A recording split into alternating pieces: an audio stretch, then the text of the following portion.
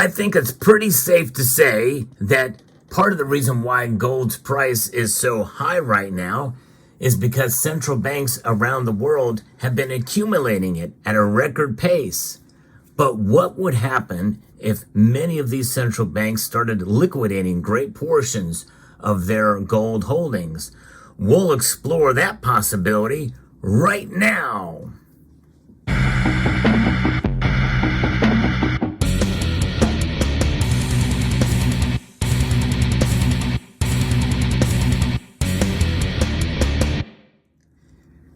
Throughout history, ever since gold was discovered, it has been treasured in one form or another. Gold really became a monetary metal after about 700 BC when it was first utilized in coinage in the form of electrum mixed with silver. But since then, we've seen it utilized in coins as money. But even before then, it was crafted into great valuable artifacts that discovered today are worth a lot of money. And essentially these things are treasured because it can't be used really for the most part in many applications throughout history. Whereas silver, it has had many uses throughout history, but especially since the 19th and 20th centuries and into the 21st century, now we are seeing a greater use of silver than any other metal on the periodic table. It's the most diverse metal out there.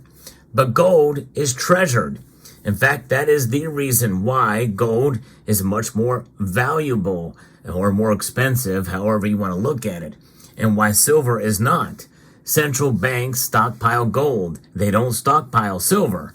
There are strategic stockpiles throughout history. In fact, some think that there are some strategic stockpiles of silver now for military uses, and that very well likely is the case, but nonetheless, the vast majority of silver is consumed, and gold is not.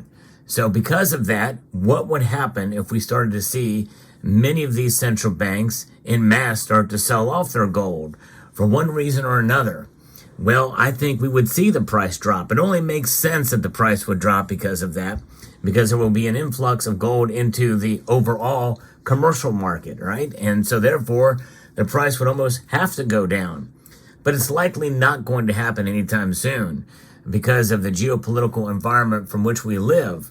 Now, as we saw, there was the great famous case that happened in about, I think, 2002 when Prime Minister Gordon Brown liquidated a lot of the Bank of England's gold at the lowest price possible. It's insane. And we have, and I've reported on this channel, times when gold has been sold off for one reason or another by central banks, like Turkey as an example, sold off part of its gold reserves to the general population because they essentially live in a perpetual currency crisis.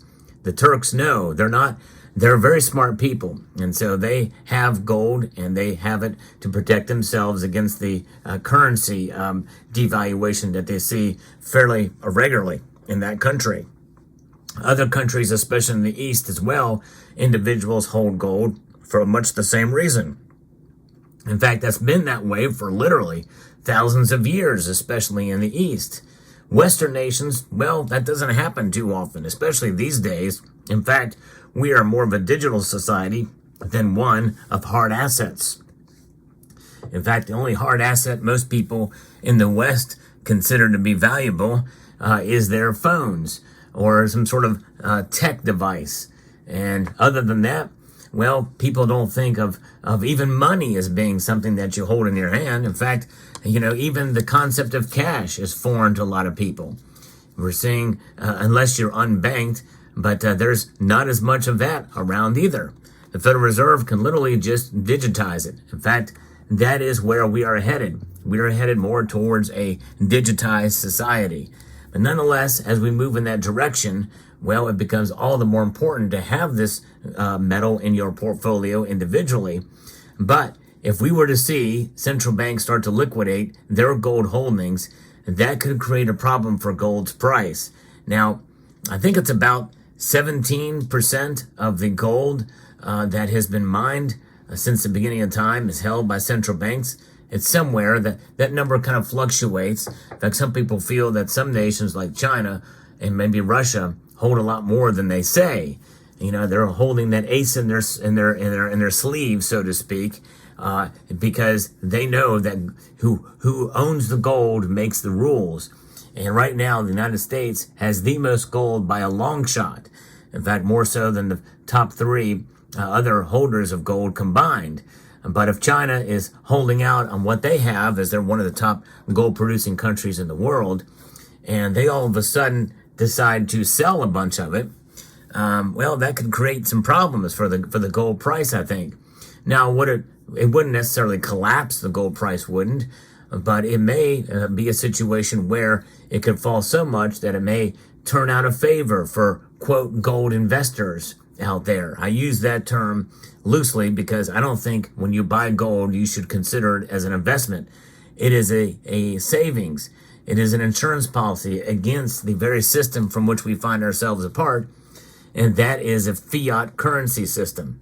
In fact, that is the system of the entire world, including all of the BRICS nations and all of the countries that are considered enemies of the United States that are trying to de-dollarize, as it were. Well, all of their currencies are much weaker than ours here in the United States.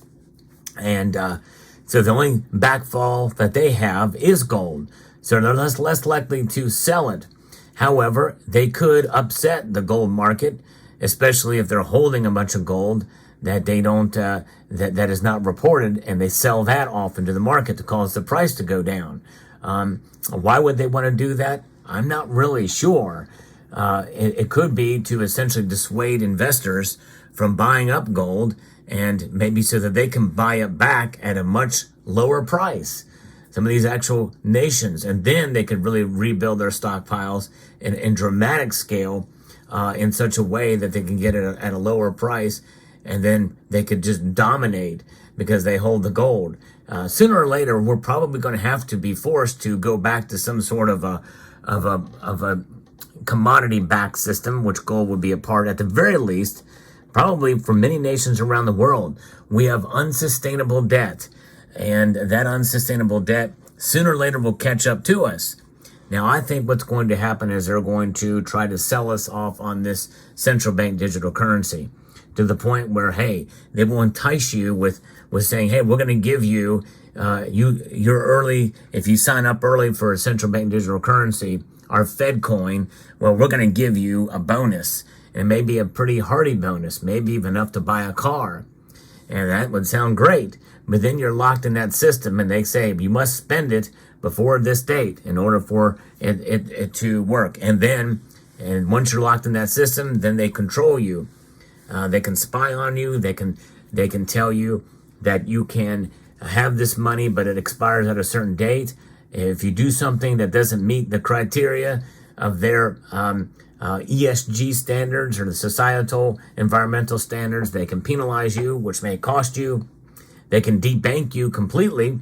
Yes, indeed, that could happen, and kick you out of the system for sure. And who knows? There's a lot of power that they would have with the central bank digital currency that they do not have with gold.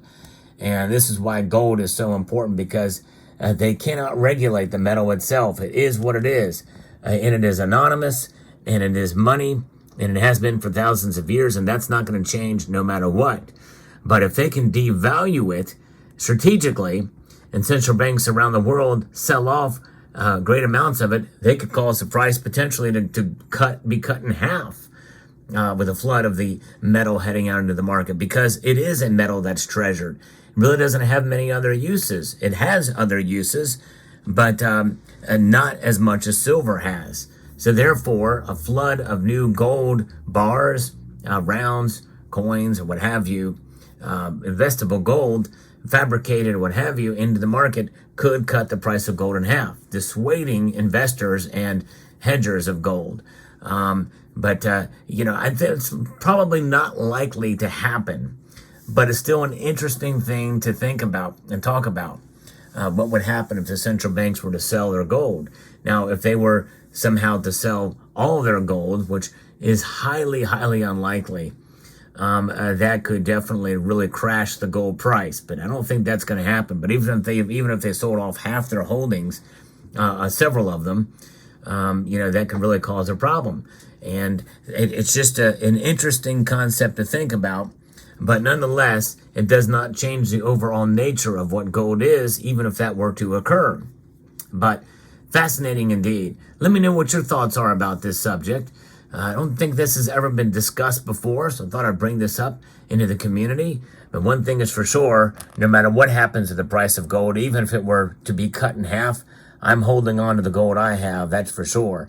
Because I've bought essentially dollar cost averaging throughout my time. I've bought gold at $300 an ounce, and I've bought gold at $2,030 an ounce.